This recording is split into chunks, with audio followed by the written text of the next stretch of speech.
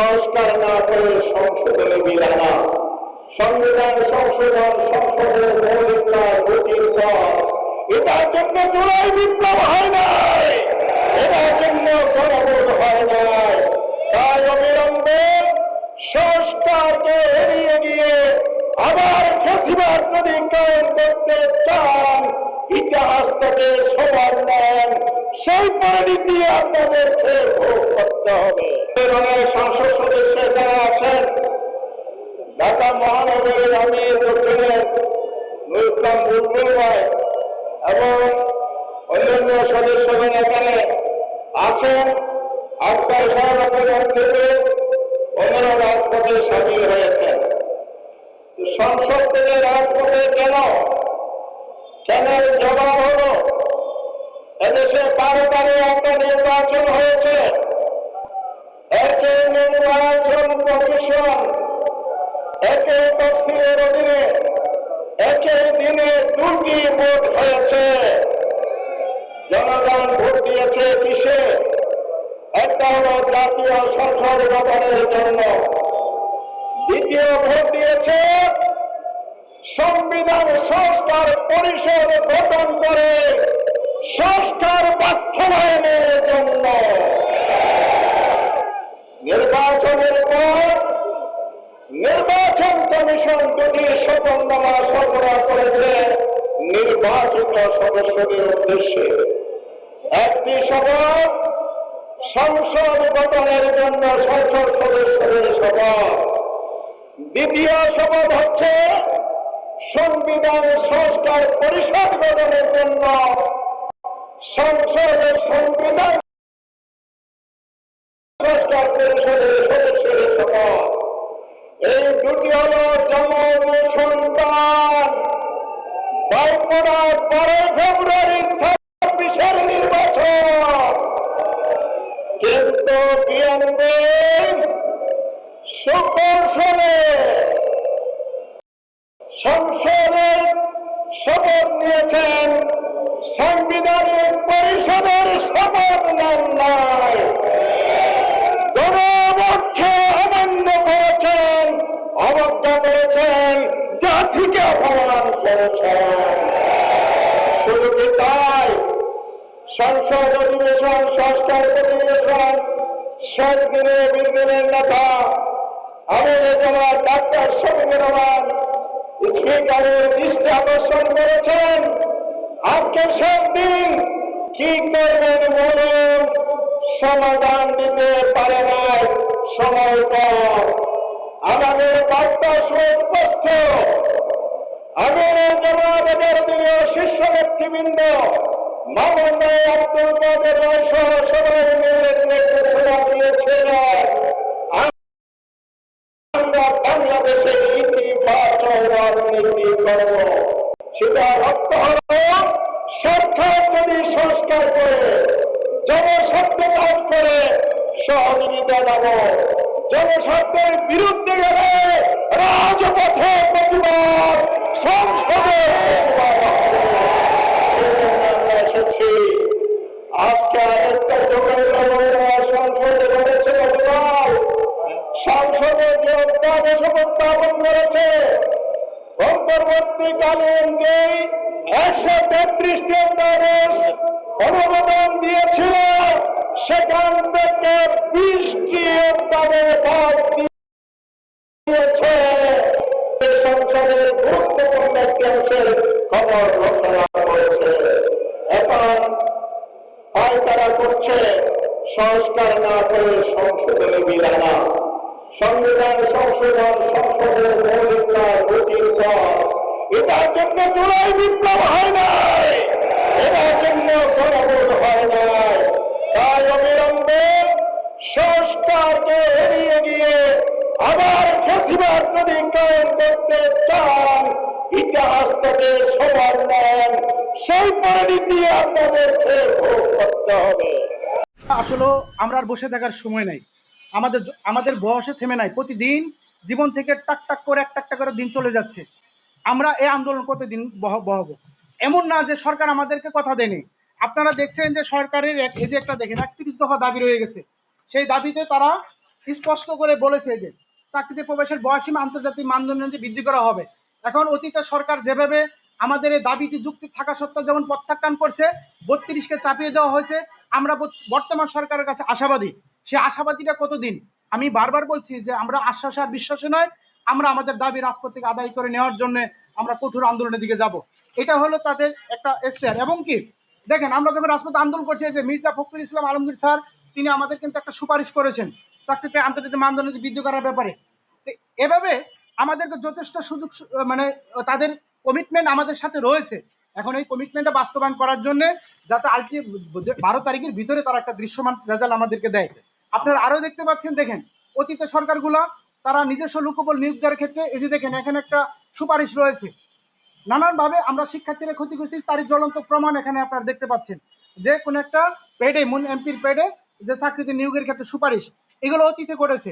এখন এগুলার যদি ধারাবাহিকতা থাকে, শিক্ষার্থীদের সাথে প্রতারণা করে আলটিমেটলি কোনো সরকার কি ভালো থেকেছে? আমাদেরকে কেন আপনারা রাজপথে নেবেন? আপনারা বলছেন আপনারা যাদের যৌক্তিক দাবি আপনারা আবেদন করুন, আমরা সেটা যাচাই বাছাই করে সিদ্ধান্ত নিব। তবে এতটুকু আমরা আশার বাণী যে আমাদের মন্ত্রী মহোদয় আমাদেরকে আশ্বস্ত করেছেন যে অস্থায়ীভাবে ক্ষতিগ্রস্ত শিক্ষার্থীদের কথা বিবেচনা করে 37 থেকে 40 বছর, অস্থায়ীভাবে 2 থেকে 3 বছর করা যেতে পারে। পাশাপাশি স্থায়ী 35-এর আন্দোলনটা দীর্ঘদিনের, সেই বিষয়টা তারা বিবেচনা নিয়ে আমাদেরকে যেটা বলছে তারা বিধি শাখাতে কাজ চলমান রেখেছেন এবং আগামী সংসদে এটি বিল আকারে উপস্থাপন করবেন, এতটুকু আমাদেরকে আশ্বস্ত করেছেন। দুটি নীতি জাতির সামনে স্পষ্ট, এক হলো মুনাফিকের রাজনীতি, আরেক হলো সুবিধাবাদের রাজনীতি। জুলাই বিপ্লবের রক্তের উপর প্রতিষ্ঠিত নতুন বাংলাদেশের সুবিধাবাদের রাজনীতি, মুনাফিকের রাজনীতি বাংলার মানুষ সহ্য করে না। সে তার নিজের ছেলে এবং নিজের মেয়ের জামাতা সম্পর্কে মন্তব্য করতে গিয়ে বলেন, আমার ছেলেটা খুব খারাপ, শুধু শাশুড়ির কথা শুনে, আর আমার মেয়ের জামাইটা খুব ভালো, কারণ সে শুধু আমার কথা শুনে। কথা শুনলে মেয়ের জামাই ভালো, আর কথা না শুনলে নিজের ছেলে খারাপ। আজকে বিএনপির হয়েছে সেই সুবিধাবাদের রোগ। অন্তর্বর্তীকালীন সরকার প্রবর্তিত অধ্যাদেশগুলোর মধ্যে যেগুলো ক্ষমতাকে বৃদ্ধি করে সরকারের এবং সরকারের আরো নিয়ন্ত্রণ প্রতিষ্ঠা করতে সহায়তা করে, সেই সকল অধ্যাদেশগুলো বিএনপির খুব পছন্দ। আর যে সকল অধ্যাদেশগুলো, যে সকল প্রস্তাবনাগুলো জাতির কাছে জবাবদিহিতা বাধ্য করে, সেগুলো তাদের কাছে খুব অপছন্দ। তাই আমরা বিএনপি আজ যে রাজনীতি করছে রাজনীতি, আমরা নির্বাচন পূর্ববর্তী সময়ে বিএনপির আরেকটি চরিত্র লক্ষ্য করেছি, সেটা হলো তলে তলে বিএনপি সারা দেশে গণভোটে ন্যায়ের পক্ষে ক্যাম্পেইন করেছে, কিন্তু প্রকাশ্যে সে ন্যায়ের পক্ষে কথা বলার দুঃসাহস তাদের ছিল না, সেই সৎসাহস তাদের ছিল না। এই জন্য লক্ষ জনতার সামনে বিএনপি প্রধান জনাব তারেক রহমান সাহেব গণভোটে হায়ের পক্ষে তিনি ক্যাম্পেইন করতে বাধ্য হয়েছেন। আমি জিজ্ঞাসা করি, উপরে এক কথা তলে তলে আরেক কথা বলে, এটাকে আমাদের দেশে কি বলে? কি বলা হয়? রাজনীতির দুই বুনিয়াদ, দুটি নীতি জাতির সামনে স্পষ্ট, এক হলো মুনাফিকের রাজনীতি, আরেক হলো সুবিধাবাদের রাজনীতি। জুলাই বিপ্লবের রক্তের উপর প্রতিষ্ঠিত নতুন বাংলাদেশের সুবিধাবাদের রাজনীতি, মুনাফিকের রাজনীতি বাংলার মানুষ সহ্য করে না। যদি আপনারা বিজ্ঞানগুলো প্রদর্শন করেন, বারবার বলছি, এদেশের জনগণের গণরায়কে যদি হাইকোর্ট দেখান, এদেশের জনগণ রাজপথে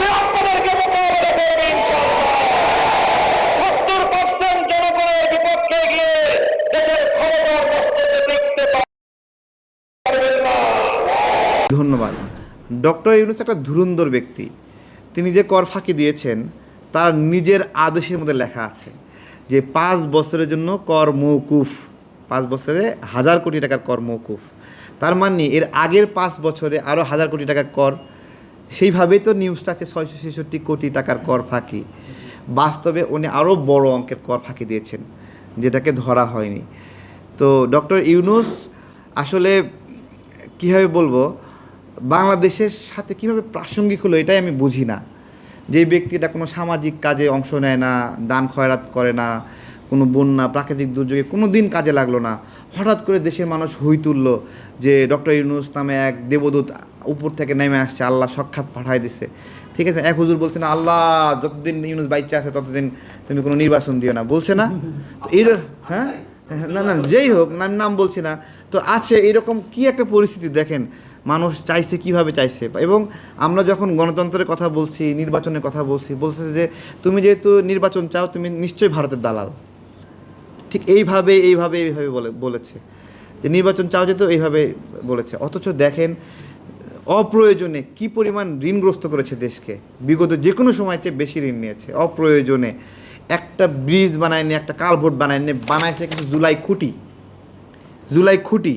তো আমার জুলাই যোদ্ধাদের কথা কাছে গিয়ে বলবো যে মহান জুলাই খুঁটি বানাইছে, তোমরা সরকারের কাছ থেকে টাকা না নিয়ে জুলাই খুঁটির কাছ থেকে টাকা নাও, তাই না? এই জায়গায় যাও, এই জায়গায় গিয়ে টাকা নাও। পুরো অপ্রয়োজনীয় এই যে জুলাই খুঁটিগুলো বানাইছে, বাংলাদেশে কিছু মানুষ, গরিব মানুষের টাকা, ভ্যাট ট্যাক্সের টাকাগুলো এখানে গিয়ে ঢালছে। তারা ভাবছিল যে মুক্তিযুদ্ধের মধ্যে আলাদা একটা ভাইব দেবে, আলাদা খুঁটি। আমি এই সমস্ত জুলাই খুঁটিকে অপসারণ করার অনুরোধ করছি। রাষ্ট্রের টাকা ব্যয় করে একটা খুঁটি বানাবে 30 কোটি না কত কোটি টাকা ব্যয় করে, তাই না? এই খুঁটি বানানোর কাজ কোনোভাবে যেন বাস্তবায়ন না হয়। এগুলো বাংলাদেশি মানুষ প্রয়োজন নাই। মানুষের চিকিৎসার জন্য টাকা প্রয়োজন, স্বাস্থ্যের জন্য টাকা প্রয়োজন। কৃষকরা, ডক্টর ইউনূসের সময়ে 9 জন কৃষক আত্মহত্যা করেছিল, 9 কৃষক ঋণের দায়ে। কোনো দয়া করেন তাদের উপর ডক্টর ইউনূস। 10,000 টাকার জন্য মানুষ আত্মহত্যা করছে, তাই না? সেইখানে জুলাই খুঁটিগুলো বানাইছে। এই খুঁটি কোনো প্রয়োজন নেই, সমস্ত খুঁটি অপসারণ করতে হবে। হচ্ছে বিএনপি আবারও স্বৈরতান্ত্রিক ফ্যাসিবাদী কায়দায় রাষ্ট্র পরিচালনার চেষ্টা করবে এবং বাংলাদেশের জনগণ এটা মেনে নেবে না। ফলে বাংলাদেশের জনগণ 16 বছর ধরে এই নির্যাতন নিপীড়ন সহ্য করেছে। বিএনপির বহু নেতাকর্মীরাই গুম হয়েছে, তাদের মানবাধিকার হরণ হয়েছে। এখন তারা যদি একই কায়দায় আবার এটা চেষ্টা করে, মানুষের রাজপথে গণ আন্দোলনের মুখে তাদেরকে পড়তে হবে এবং তাদের পরিণতি কী হবে এটা আল্লাহ তাআলাই ভালো জানে। ঠিক আছে, আসন পাওয়ার ফলে তারা কোনো কিছুকে আর তোয়াক্কা করছে না। তারা প্রথমত গণভোটের গণরায় সেটাকে তারা বাতিল করে দিয়েছে। গণভোট তারা মানছে না, তারা নতুন অজুহাত দিচ্ছে, নানান ধরনের প্রস্তাবনা আনছে। কিন্তু গণভোট 70% মানুষ এখানে ভোট দিয়েছিল। আমাদের গণভোটটা হয়েছিল খুবই সুনির্দিষ্ট 4টা প্রশ্নের উপরে। গণভোট কিন্তু জুলাই সনদের উপরে হয়নি, এটা আমরা অনেক সময় ভুল করছি, বিভ্রান্ত করছি। জুলাই সনদে যে নোট অফ ডিসেন্ট এবং তাদের বিভিন্ন নোট দেওয়া আছে, জুলাই সনদ অনুযায়ী আসলে সব কিছু তাদের ইস্তিহার অনুযায়ী হবে। এই জটিলতা এড়ানোর জন্য কিন্তু তখন গণভোট আদেশ করা হয় এবং যেখানে সুনির্দিষ্ট 4টি প্রশ্ন করা হয়, যার রেফারেন্স পয়েন্ট হচ্ছে জুলাই সনদ। সেই গণভোট তারা মানলেন না। দ্বিতীয়ত এখন শুনতে পাচ্ছি যে বিভিন্ন যেই গুরুত্বপূর্ণ অধ্যাদেশ ছিল, তার মধ্যে গুরুত্বপূর্ণ 10 থেকে 11টি অধ্যাদেশ তারা সংসদে আনছেন না, তারা সেটাকে আইনে পরিণত করবেন না। এর মধ্যে অতি গুরুত্বপূর্ণ রয়েছে গুম প্রতিকার এবং প্রতিরোধ অধ্যাদেশ, জাতীয় মানবাধিকার কমিশন অধ্যাদেশ, বিচারপতি নিয়োগ অধ্যাদেশ, বিচারালয় যে সচিবালয় নিয়োগ এটার অধ্যাদেশ। ফলে এই যে অধ্যাদেশগুলো যেটা জনগুরুত্বপূর্ণ অধ্যাদেশ ছিল সেগুলোকে তারা বাতিল করে আসলে তারা যে স্বৈরতান্ত্রিক ব্যবস্থা ছিল, যেখানে নির্বাহী বিভাগের ক্ষমতায় নিরঙ্কুশ, সেই ব্যবস্থাটাই তারা রাখতে চায়, সেই ক্ষমতাটা তারা ভোগ করতে চাচ্ছে। এবং এই যে গুম, তাদের অনেক নেতাও কিন্তু গুমের শিকার হয়েছিলেন, তাদেরই বেশিরভাগ নেতা রাজনৈতিকভাবে গুমের শিকার হয়েছিল। এবং এই সংসদে, মহান সংসদে এরকম অনেক নেতৃবৃন্দ রয়েছেন যারা গুম থেকে এসেছেন, ইলিয়াস আলীর ওয়াইফ এসেছেন। ফলে এই গুমের অধ্যাদেশটাকেও তারা বাতিল করে দিতে চাচ্ছে। এবং এইটা কিন্তু শুধু বিএনপির উপর না, আমাদের যে নিরাপত্তা বাহিনী, যাদের বিরুদ্ধে এলিগেশন ছিল, বাংলাদেশ সেনাবাহিনী সহ, ডিজিএফআই সহ, তাদের উপর যে এলিগেশনটা ছিল মানুষকে গুম করার, মানবাধিকার হরণ করার, এই অধ্যাদেশগুলো বাতিল যদি আইনে পরিণত না হয় তাহলে কিন্তু তাদের যে কলঙ্ক, সেই কলঙ্ক দূর হবে না। এবং অনেক ক্ষেত্রে ধারণা করা হবে যে বিএনপি তাদের কথায় এই কাজগুলো করছে কিনা। একইভাবে বিচারপতি নিয়োগেও তারা বিচার বিভাগের যে স্বাধীনতা, সেই স্বাধীনতাকে তারা ক্ষুণ্ণ করছে। তো সামগ্রিকভাবে বিএনপি একটি সংস্কার বিরোধী দল এবং গত 16 বছর আসলে তাদের প্রতি সম্মান রেখেই বলবো যে তারা নির্যাতিত হয়েছে, নিপীড়িত হয়েছে, আন্দোলন সংগ্রাম করেছে, কিন্তু মানুষ কিন্তু তাদের আন্দোলনে সাড়া দেয়নি। ঠিক। এবং তারা দলীয় আন্দোলন করেছে, কিন্তু জনগণের আন্দোলন কিন্তু তারা গড়ে তুলতে পারেনি। মানুষ কেন সাড়া দেয়নি? কারণ মানুষ তাদের নেতৃত্বে কখনো আস্থা ছিল না। মানুষ তাদের নেতৃত্বে আস্থা ছিল না এই কারণেই, কারণ মানুষ জানতো যে তারাও যদি ক্ষমতায় আসে দেশের আসলে মৌলিক কোনো পরিবর্তন হবে না। এখন ক্ষমতায় আসার পরে তাদের মুখোশ উন্মোচিত হচ্ছে এবং মানুষের কাছে এটা সুস্পষ্ট হচ্ছে, এবং এই কারণেই 16 বছর ফ্যাসিবাদ দীর্ঘায়িত হয়েছিল। তাদের নেতৃত্বের উপর মানুষের আস্থা ছিল না, তারা সেই একই গণবিরোধী কাজ আবারও করছে। কার্যকর করে দিচ্ছে সরকারি দল। সংসদকে আমরা কার্যকর করতে চাই। সংসদ, এটা তো 2টা নির্বাচন হয়েছে, গণভোট এবং জাতীয় নির্বাচন। জাতীয় নির্বাচনের হিসেবে সংসদ হয়েছে, সেই সংসদ কার্যকর আছে। কিন্তু আরেকটি নির্বাচন, যেই নির্বাচনের ফলে সংবিধান সংস্কার পরিষদ হওয়ার কথা ছিল, যার দায়িত্ব ছিল এই সংসদ সদস্যদের, তারা তো সেইটাকে অকার্যকর করে রেখেছে। ফলে এইবারের এটা কিন্তু অলরেডি অর্ধেক অকার্যকর হয়ে গিয়েছে। স্বপ্নটা ছিল দীর্ঘ কয়েক দশকের, বিচার বিভাগ হবে সম্পূর্ণ স্বাধীন, যেখানে রাজনীতির ছায়া পড়বে না, আমলাতন্ত্রের ফাইলবন্দি হবে না বিচারকদের ভাগ্য। গত বছরের ডিসেম্বরে সুপ্রিম কোর্ট সচিবালয় যখন উদ্বোধন হয়, তখন মনে হয়েছিল বাংলাদেশ এক নতুন যুগে পা রাখল। কিন্তু সেই ভোরের সূর্য যেন তপ্ত দুপুরে পৌঁছানোর আগেই মেঘে ঢাকা পড়ল। আবারও পুরনো পথেই হাঁটছে বিচার বিভাগ। অন্তর্বর্তী সরকারের জারি করা বিচারক নিয়োগ এবং পৃথক সচিবালয় সংক্রান্ত গুরুত্বপূর্ণ অধ্যাদেশগুলো রহিত করার সুপারিশ করেছে সংসদীয় বিশেষ কমিটি, যার সোজা অর্থ অধস্থন আদালতের নিয়ন্ত্রণ আবারও ফিরে যাচ্ছে আইন মন্ত্রণালয়ের হাতে, আর উচ্চ আদালতের বিচারপতি নিয়োগের চাবিকাঠি আবারও চলে যাচ্ছে প্রধানমন্ত্রীর দপ্তরে। গত 11 ডিসেম্বর ঘটা করে চালু হওয়া সুপ্রিম কোর্ট সচিবালয় এখন বিলুপ্তির মুখে। সেখানে নিয়োগ পাওয়া সচিব সহ 34 জন কর্মকর্তা কর্মচারীর ভবিষ্যৎ এখন এক বিশাল প্রশ্নচিহ্ন। সংসদীয় কমিটির যুক্তি, প্রধান বিচারপতির হাতে একচ্ছত্র ক্ষমতা দিলে সরকারের সাথে কাজের সমন্বয় থাকবে না।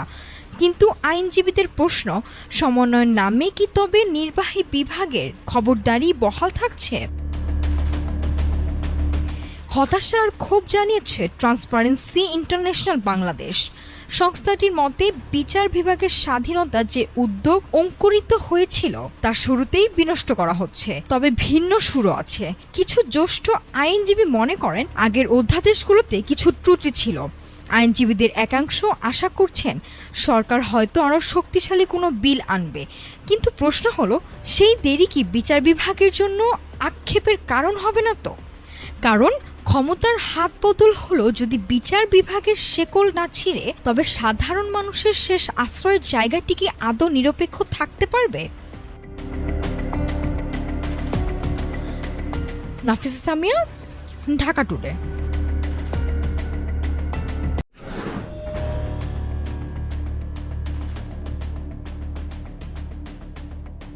সারা দেশে আশঙ্কাজনক হারে বাড়ছে হামের সংক্রমণ। গত কয়েক সপ্তাহে এই রোগের উপসর্গে প্রাণ হারিয়েছে 100-র বেশি শিশু। বিশেষ করে ঢাকা, রাজশাহী ও বরিশালের হাসপাতালগুলোতে জায়গা নেই। পরিস্থিতি সামাল দিতে ইতোমধ্যে স্বাস্থ্যকর্মীদের ছুটি বাতিল করছে সরকার। হাসপাতালের সাদা দেয়ালগুলো এখন সাক্ষী হয়ে আছে শত শত শিশুর কান্না আর মা বাবার দীর্ঘশ্বাসের।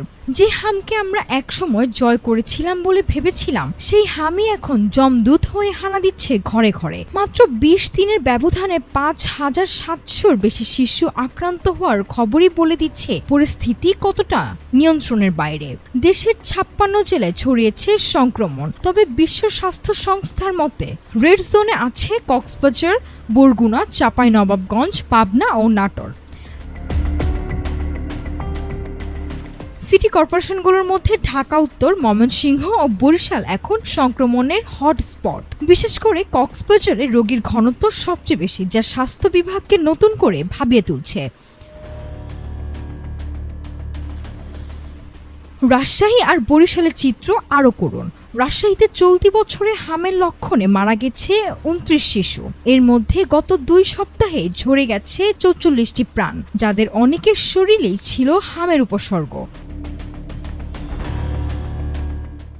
বেড নেই, আইসিইউ নেই, কোথাও কোথাও বারান্দার মেঝেতেই চলছে জীবন বাঁচানোর লড়াই। চট্টগ্রামে দেখা যাচ্ছে ভিন্ন এক সংকট।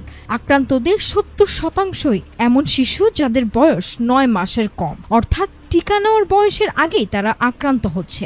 এমন জরুরি অবস্থায় রোববার থেকে শুরু হচ্ছে বিশেষ টিকাদান কর্মসূচি। ঢাকা উত্তরের 5টি ওয়ার্ড সহ উচ্চ ঝুঁকিপূর্ণ এলাকাগুলোতে 6 মাস থেকে 10 বছর বয়সী শিশুদের টিকা দেওয়া হবে। কিন্তু জনস্বাস্থ্য বিশেষজ্ঞরা বলছেন, কেবল টিকাই শেষ কথা নয়। বিপদ মোকাবেলায় সব স্বাস্থ্যকর্মীর ছুটি বাতিল করেছে অধিদপ্তর। কিন্তু গোলাপগঞ্জে তুবাই হোক কিংবা রাজশাহীর নাম না জানা কোনো শিশু, প্রাণের বিনিময়ে পাওয়া এই শিক্ষা কি পারবে আগামী শিশুদের সুরক্ষা নিশ্চিত করতে? সেই প্রশ্নই এখন বড় হয়ে দাঁড়িয়েছে। দেশের জনস্বাস্থ্য বিশেষজ্ঞরা মনে করছেন, হামের এই ফিরে আসা কেবল একটি রোগ নয়, বরং টিকাদান কর্মসূচির কোনো এক চোরাবালিতে আটকে যাওয়ার ইঙ্গিত। আগামীর ভয়াবহতা এড়াতে এখন একমাত্র পথ দ্রুত টিকাদান এবং প্রতিটি আক্রান্ত শিশুকে নিবিড় পর্যবেক্ষণে রাখা। নাফিসা সামিয়া, ঢাকা টুডে। প্রধানমন্ত্রী সুস্পষ্ট ঘোষণা দিয়েছেন যে আমার দুষ্ট গরু দিয়ে গোয়ালের চাইতে আমার শূন্য গোয়াল ভালো। অর্থাৎ যারা অপকর্ম করবেন তাদেরকে এই দলে রাখা হবে না।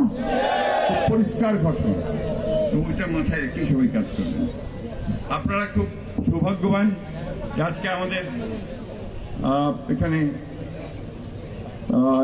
আইসিটি, যেটা আপনার আন্তর্জাতিক অপরাধের যে বিচার সেই বিচারের যিনি মূল আপনার প্রসিকিউটর, তিনি আপনাদের এই এলাকার মানুষ, ঠিক না? অনেকগুলো জিনিস পেয়ে গেছেন আপনারা, হবিগঞ্জের মানুষ। এখন এটাকে সুন্দর করে সাজিয়ে তুলতে হবে। আমার আরেকটা কষ্টের কথা বলে আমি শেষ করব। আমি আসলেই আপনার এখানকার চা বাগানের শ্রমিকদের সঙ্গে কথা বলি। এই চা বাগানের শ্রমিকরা একটা মানবেতর জীবনযাপন করে, এত এত কষ্ট, এত খারাপ অবস্থার মধ্যে যারা জীবনযাপন করে, এটাকে পরিবর্তন 55 বছর হয়ে গেল স্বাধীনতার, অথচ তাদের ভাগ্যের কোনো পরিবর্তন হয় না। এখানে একটা চা কোম্পানি আছে, তাদের মতো তারা চেষ্টা করেন। অন্যান্য চা বাগানগুলো আছে।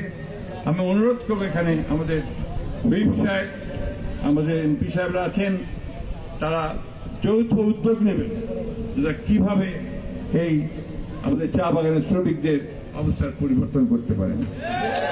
অবাক লাগে যে এখানে একটা সরকারি স্কুল নাই, কোন বাগানে সরকারি স্কুল নাই, প্রাইমারি স্কুল কোথায় আছে? একটা দুইটা, 168টা বাগান। হ্যাঁ, হাসপাতাল নাই, ক্লিনিক নাই। এটা আপনাদেরই আন্দোলন করা উচিত, ওরা তো আপনারই ভাই বোন, ঠিক না? আমি আশা করবো যেটা নিয়ে আমাদের নেতৃবৃন্দ আছেন, যাই হোক, আমি আশা করব যে আমাদের নেতৃবৃন্দ আছেন, আপনারা সবাই এটা নিয়ে উদ্যোগ গ্রহণ করবেন। আমি এটুকু আপনাদের বলতে পারি যে আমি অল আউট আপনাদের সঙ্গে আছি এই ব্যাপারে, সরকারের সঙ্গে আলোচনা করি। আমি বক্তব্য দীর্ঘ করবো না, আমি আপনাদের কাছে ক্ষমা চেয়ে নিতে চাই যে আমি চলে যাব, কারণ আমার আরেকটা জরুরি প্রোগ্রাম আছে ঠিক 4টা, এখন ধরতে। ত্রয়োদশ জাতীয় সংসদ নির্বাচনের রেশ কাটতে না কাটতেই শুরু হয়েছে নতুন সমীকরণ। রাজপথের দীর্ঘদিনের মিত্র বিএনপি আর জামায়াতে ইসলামী এবার সংসদীয় রাজনীতিতে হাঁটছে ভিন্ন পথে। জাতীয় সংসদের সংরক্ষিত 50টি নারী আসনের হিসেব মেলাতে গিয়ে রাজপথের এই দুই পুরনো বন্ধু বেছে নিয়েছে পৃথক জোট। নির্বাচন কমিশনের চিঠির জবাবে ইতোমধ্যেই নিজেদের অবস্থান পরিষ্কার করেছে দলগুলো। বিএনপি জানিয়েছে তারা থাকছে 208 জন নির্বাচিত সংসদ সদস্যের এক শক্তিশালী জোটে। তাদের সাথে হাত মিলিয়েছে গণ অধিকার পরিষদ, গণসংহতি আন্দোলন এবং বিজেপির 3 সংসদ সদস্য। অর্থাৎ বড় একটি নারী আসনের কোটা একাই নিয়ন্ত্রণ করতে যাচ্ছে রাজপথের প্রধান এই বিরোধী দল। অন্যদিকে জামায়াতে ইসলামীও পিছিয়ে নেই। 68 জন নিজস্ব সংসদ সদস্যের সঙ্গে তারা সঙ্গী হিসেবে পেয়েছে জাতীয় নাগরিক পার্টির 6 জনকে। যোগ হয়েছেন খেলাফত মজলিস ও বাংলাদেশ খেলাফত মজলিসের 2 জন প্রতিনিধিও। তবে এই সমীকরণে কিছুটা ব্যতিক্রমও আছে। দলগত সিদ্ধান্তের বাইরে গিয়ে মাদারীপুর 1 আসন থেকে নির্বাচিত সাইদ উদ্দিন আহমদ হানজলা জানিয়েছেন তিনি থাকছেন একলা চলার নীতিতে। রাজনীতির এই অঙ্কে বাদ নেই স্বতন্ত্ররাও। 7 স্বতন্ত্র প্রার্থীর মধ্যে 6 জন মিলে গড়ছেন আলাদা মোর্চা। তবে ব্যতিক্রমী অবস্থান নিয়েছে ব্রাহ্মণবাড়িয়ার 2 এর সংসদ সদস্য ব্যারিস্টার রুমিন ফারহানা। কোনো জোটে না থেকে নিজের স্বতন্ত্র অস্তিত্ব বজায় রাখার সিদ্ধান্ত জানিয়েছে তিনি। একই পথে হাঁটছেন ইসলামী আন্দোলনের একমাত্র প্রতিনিধি মাওলানা মাহমুদুল হাসান অলিউল্লাহ। এদিকে শুধু সংরক্ষিত আসনে নয়, পুরো নির্বাচনের ইতিহাস ধরে রাখতে কাজ শুরু করেছে কমিশন। ত্রয়োদশ সংসদ নির্বাচন ও গণভোটের বিস্তারিত তথ্য উপাত্ত আর ছবি দিয়ে একটি প্রমাণ্য দলিল তৈরির জন্য গঠিত হয়েছে 18 সংসদের কমিটি। 6 এপ্রিলের সূর্য উদয় হলেই জানা যাবে সংরক্ষিত নারী আসনের চূড়ান্ত রূপরেখা। রাজনীতির এই জটিল অঙ্কে শেষ পর্যন্ত সংসদের নারী নেতৃত্বে কারা আসছেন সেদিকে এখন নজর সবার। নাফিসা সামিয়া, ঢাকা টুডে।